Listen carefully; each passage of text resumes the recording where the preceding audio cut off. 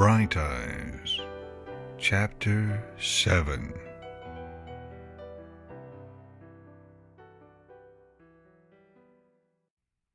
Twilight sat at her desk, under the glorious sunlight that shined through her window.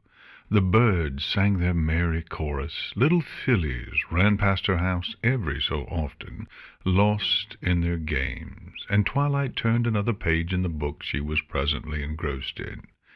It was a normal and wonderful day. She quietly sketched another note on one of the various pages around her desk and smiled over the progress she had made today.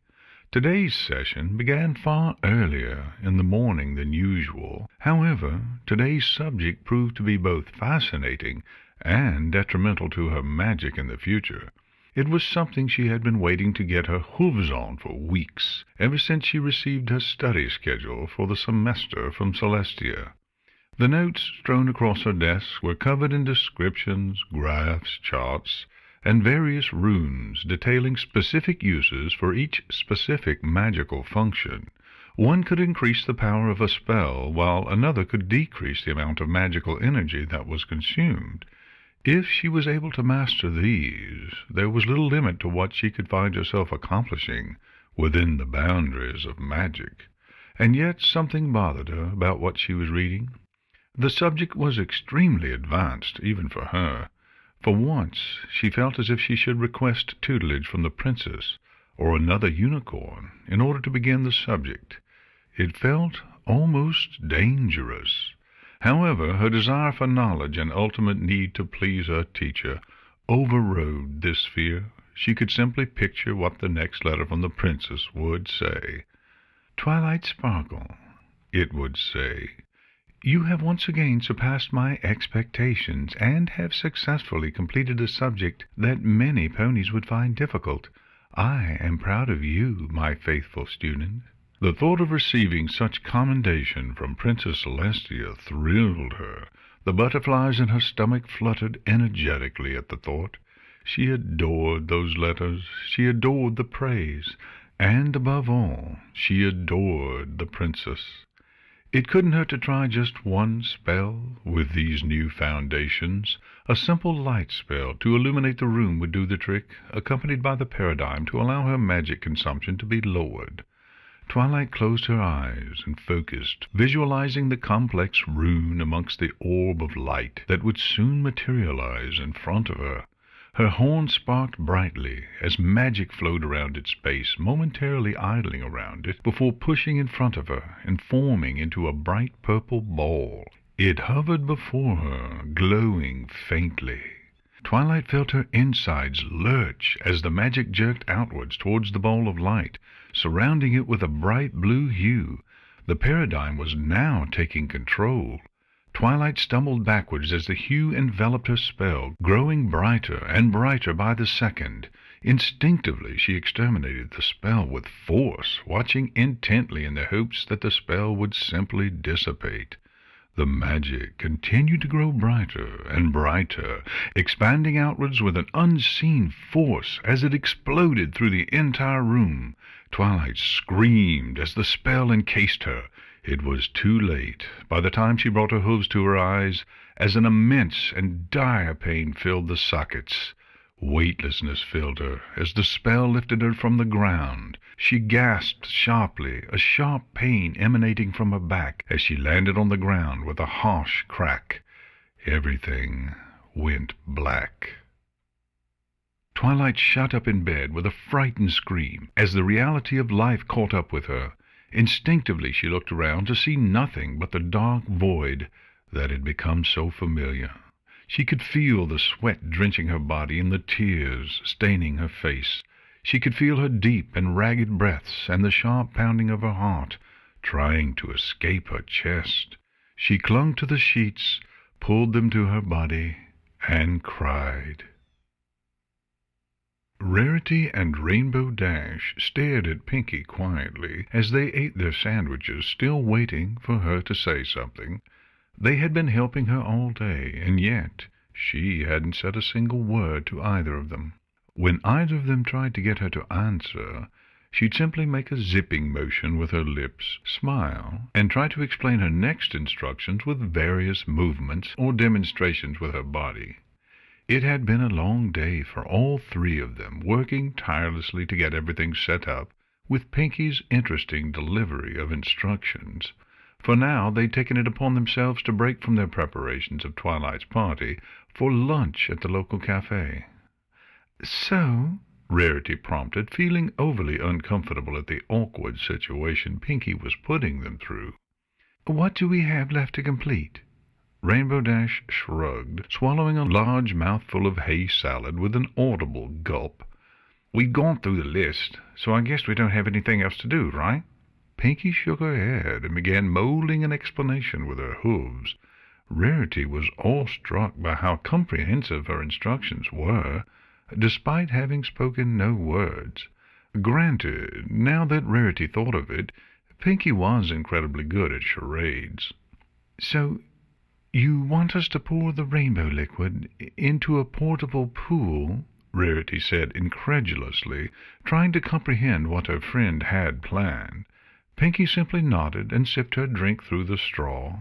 Rainbow Dash rolled her eyes and groaned, slouching on her seat.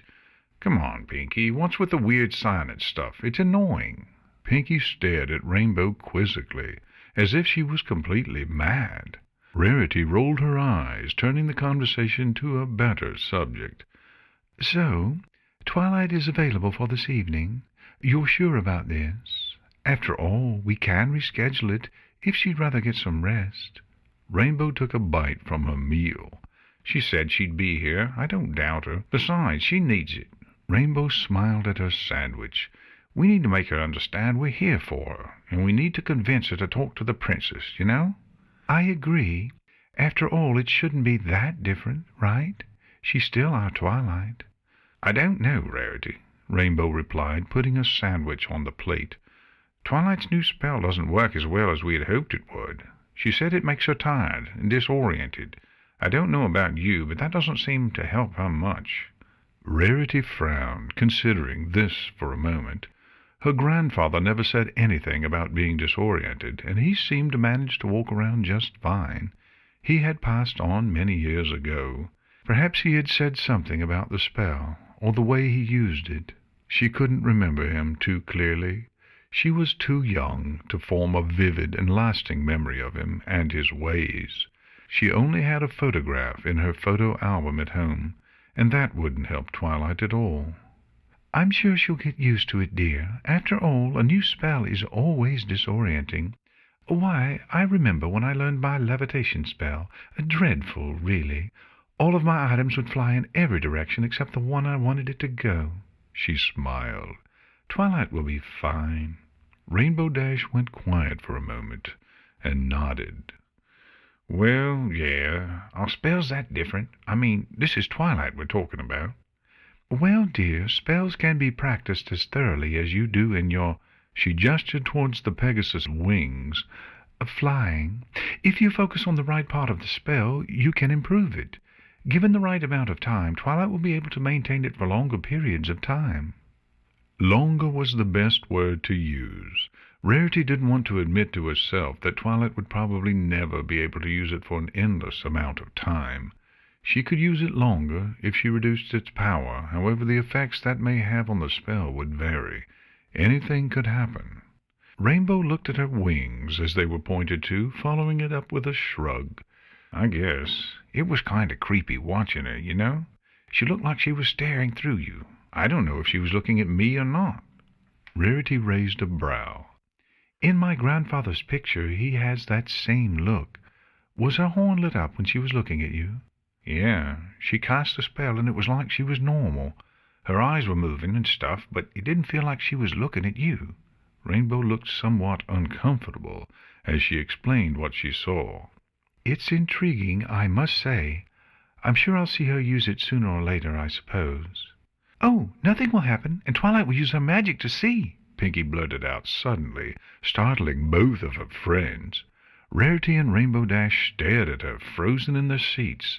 Rarity's stomach lurched as her mind caught up with what just happened.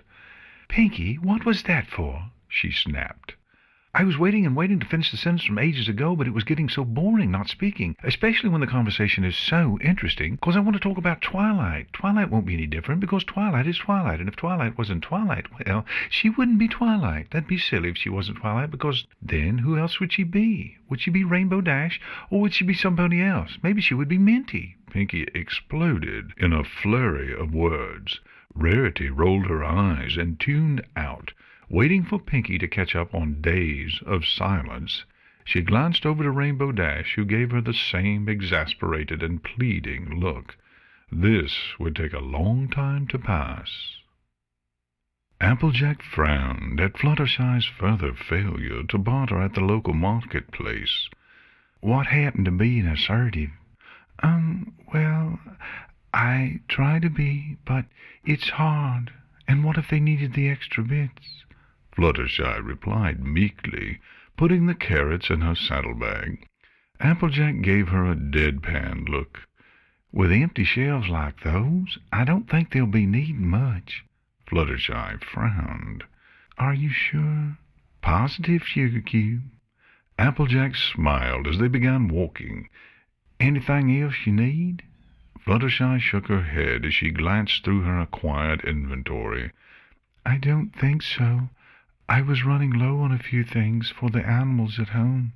Applejack nodded. I was doing the same. Figured seeing you was the most interesting part of coming here.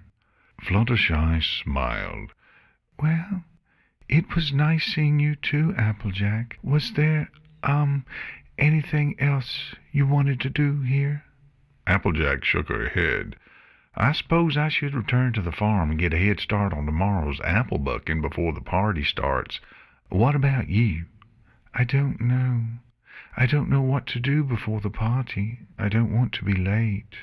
Applejack laughed. She had felt that dilemma far too often. In truth, the apple bucking would be more of a distraction rather than a job that needed to be completed. If she didn't find some sort of distraction soon, she'd find herself in the familiar dilemma as her friend, the inability to decide to do something in case she was late. However, having too much time to not do something. Oh, it's the others, Fluttershy smiled, gesturing to the cafe across the road. The two approached a sleeping Rainbow Dash, extremely bored Rarity, and a Pinkie Pie whose senseless tirade of words had apparently driven her friends to a state of mental stasis. Despite the approach of Fluttershy and Applejack, she continued to talk. Applejack and Fluttershy exchanged a look with Rarity, both sharing the same opinion. What's going on? Applejack shouted over the pink pony, glancing over Rainbow Dash, who had taken to sleeping on her half-eaten salad. I don't know, dear. However, from what I've gathered, I think it was some kind of failed joke she was trying to pull, by staying silent until the time was right. She never finished a sentence a while ago. I think she was hoping to finish it later. She got bored of being silent, and now she's catching up, I suppose, Rarity replied, with a roll of her eyes. Didn't she try that once before? Applejack asked skeptically. Yes, and she didn't have much success then either. Face it, dear, she's not patient enough, Rarity remarked, glancing irritably at the talking pony. Pinkie turned her attention to Rainbow Dash with a raucous laughter. You should have seen your face at Sugar Cube Corner. You were all like, I know you're here, and I was like, shh, and you were like, I'm leaving. She giggled, deepening her voice and imitating a storming motion as she imitated her friend. I almost jumped out and scared you, but you left as I was going to. Oh, I got the rainbows you gave me. These are going to be so great. The games are going to be so much fun. Games? Rainbow Dash inquired, having been woken up by Pinkie's laughter at her. Of course, silly. I figured the rainbows wouldn't work because, come on, they're rainbows. They don't help ponies see, if they can't see them already, so we'll use them for games instead. Applejack furrowed her brow, looking to Rainbow for answers. Rainbow only sighed and shrugged, clearly annoyed. Applejack twisted her lip, but decided it was better to leave this be, and ask at another time. So, how's the party going? She decided to ask the group. We're almost finished. Spike's making some cupcakes for us, and we've got lots more. We just need to get a few more things ready, like the rubber mats for the rainbow games, and we're all ready," Pinky replied ecstatically. "Rainbow games?" Applejack raised her brow inquisitively, and not without a hint of skeptic interrogation. "We're going to have a slip and slide with the rainbows. Just don't swallow any. That stuff is spicy." Applejack was speechless. Pinky hadn't been kidding when she said she was ready to make games up, especially for this occasion. She was far more creative than she had been given credit for. Pinky had been working tirelessly to gather items and find a way to make this day special for Twilight, while also keeping it relatively in theme for every pony else. This would certainly be an interesting night. Spike hummed to himself as he worked tirelessly in the kitchen. After each instruction in the recipe, he would glance up at the clock with anticipation, only to find that barely a minute had passed. He was getting frustrated at how slowly time was moving today. Breaking between hums, he'd mutter the words of his song to the tune in his head, quietly enough so as not to draw attention from the purple mare in the study, but loud enough to enjoy himself. "As I go riding merrily along," he sang quietly, placing the tray of cupcakes in the oven, kicking it shut with his foot. He glanced up to the clock again and sighed. 2 hours remained before it was time to bring Twilight to the party, and there was almost nothing left to do. He'd woken up earlier so as to finish all of his chores early enough to be allowed to join in the party, and he'd finished them too soon. He frowned, remembering the slight interruption to his early chores. He found Twilight crying into her sheets as he came up to investigate a loud scream. She was so distraught, finding very little voice between her horrified sobs. She shook violently, hugging her sheets as close to her body as she could. Spike did all he could to calm her down, and eventually managed to. She quietly explained the dream she had, finding comfort in explaining as much detail of the dream as she could remember. Every now and then she'd bite her lip and sniff quietly as emotion built up again. Gently, Spike brought her back on track, and she would continue. At the end of the story, there was a long and uncomfortable silence before she finally explained why the dream was so vivid and horrifying. "This was what happened in the library the day I was blinded. I was blinded by my own lack of foresight." Spike shook his head, snapping out of his trance, noticing that he was staring at the oven. It was disturbing to think what Twilight went through and was still experiencing in her own mind. It didn't take a genius to see the disturbed look on the mare's face, or the out-of-character quietness she had been exhibiting since Spike brought her downstairs. He quietly walked out of the kitchen and peeked into the study, seeing Twilight at her desk with her horn ablaze with magical light. The breakfast Spike had prepared for her sat untouched next to her book. Her posture was slumped, her shoulders sunken, and her usual mutterings replaced by silence. It was normal to hear Twilight muttering to herself when she was studying. It was even normal to hear her cheering when she accomplished something. Today, however, she was completely silent. Spike wondered if a single page of the book in front of her had been turned. He sighed and wandered back into the kitchen to check up on the muffins. Their smell, gently wafting out of the oven, was far too inviting. He opened the door and gently pressed down on the closest one, tutting under his tongue as he felt the soft dough in the middle. They'd need a while longer. He smiled briefly at the remembrance of his own deduction on what had happened to Twilight. He was so close. It felt as if he might have been completely right. It was an odd feeling to feel accomplished in being right about the misfortune of his closest and most loved friend.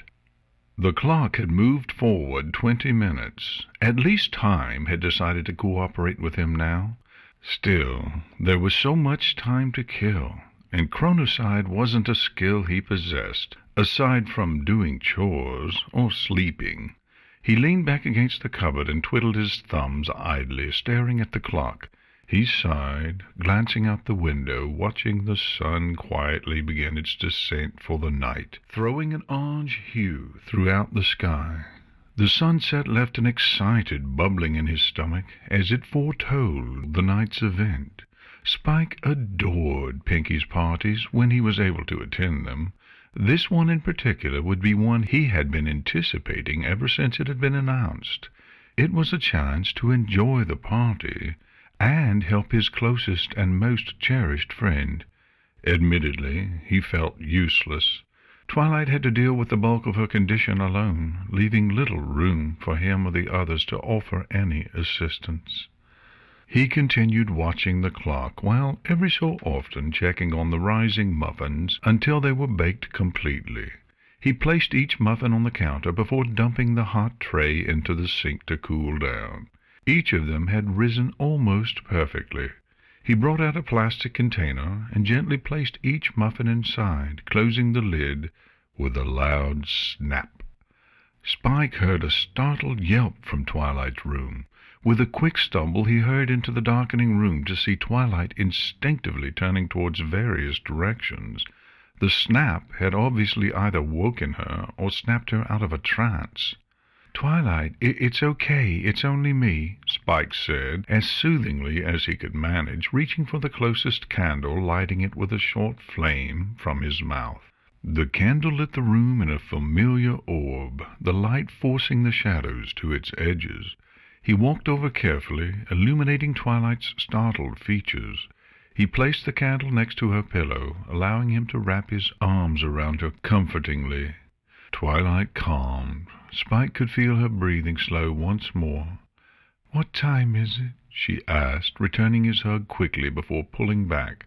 Her horn lit up again as she looked over the page in her book. Had she even turned it? "It's almost 5:30. The party is in about an hour. I was thinking about dropping off a couple of things and coming back to get you. Is that all right?" Spike asked, desperately hoping she would agree.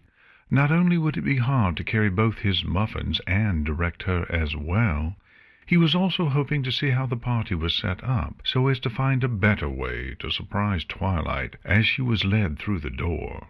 Spike's stomach sank as Twilight thought about it, tapping her hoof against her chin and emitting a long and thoughtful hum.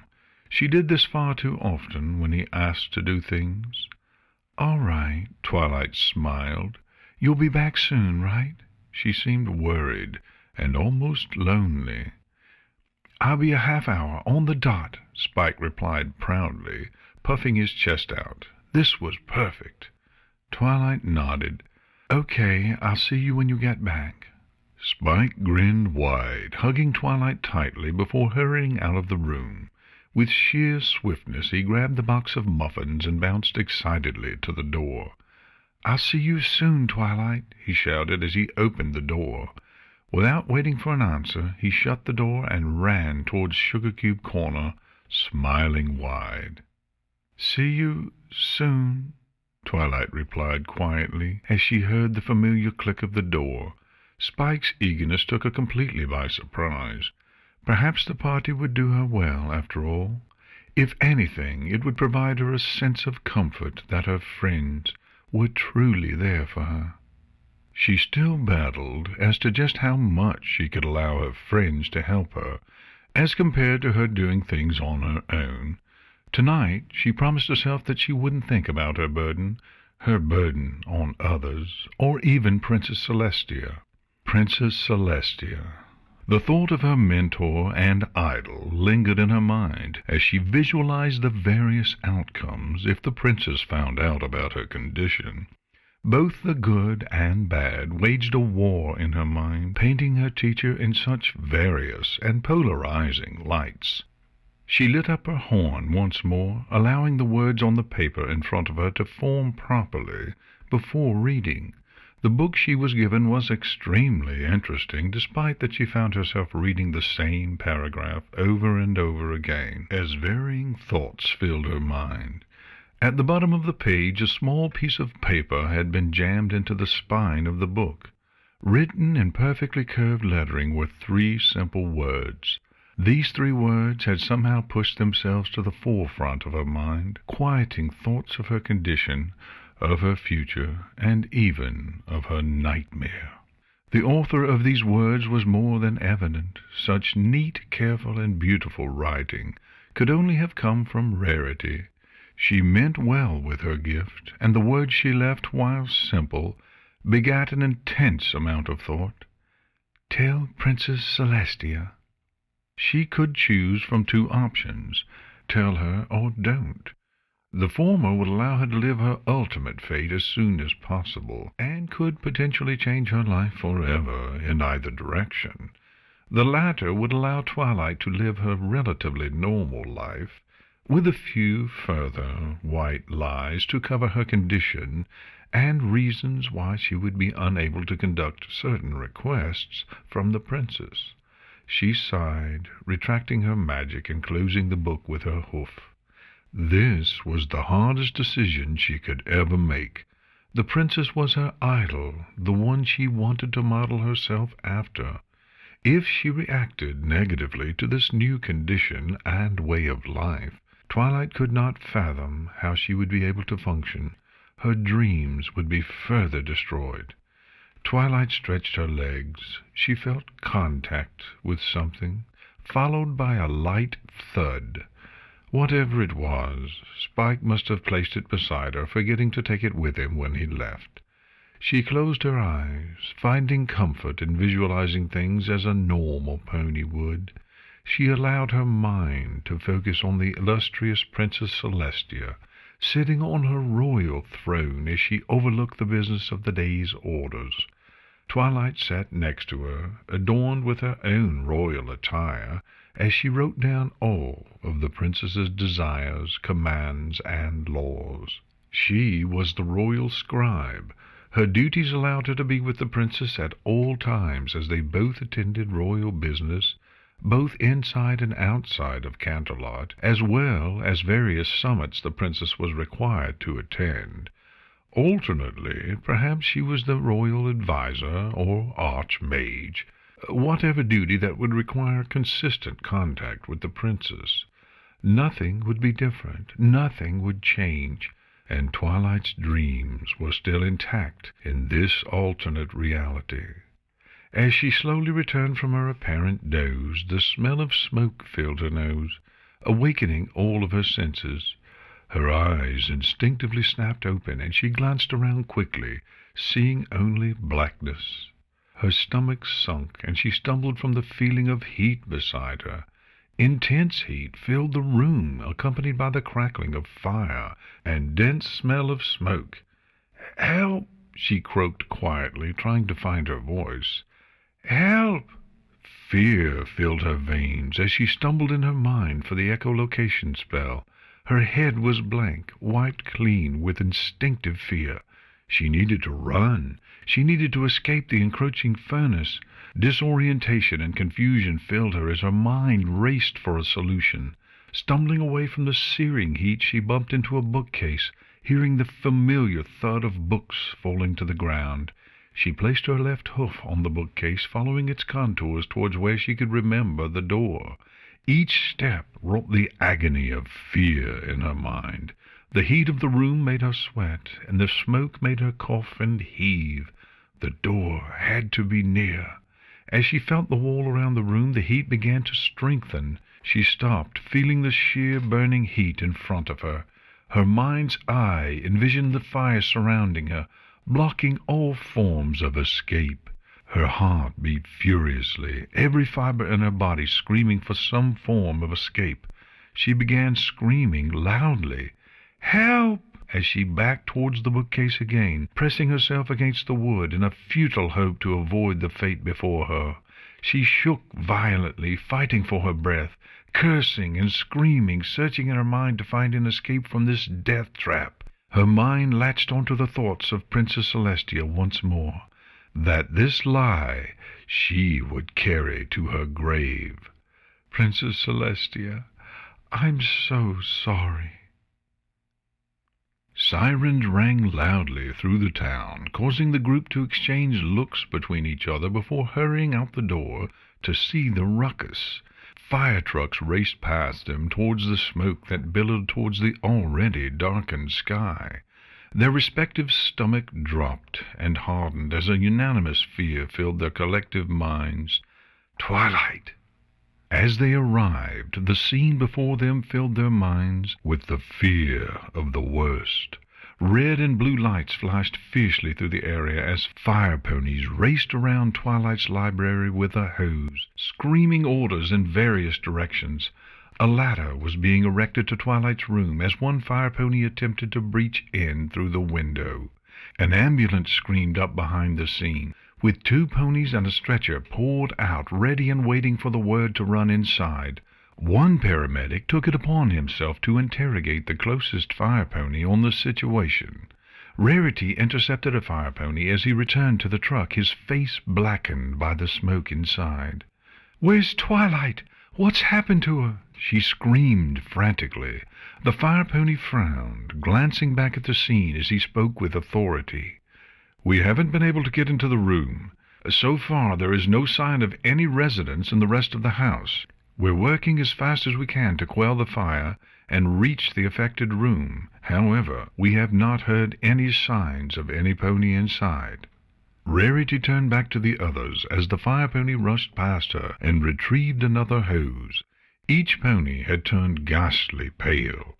Rainbow Dash and Spike had stormed up closer to the tree, only to be blocked by an authoritative fire pony telling them to return to their friends.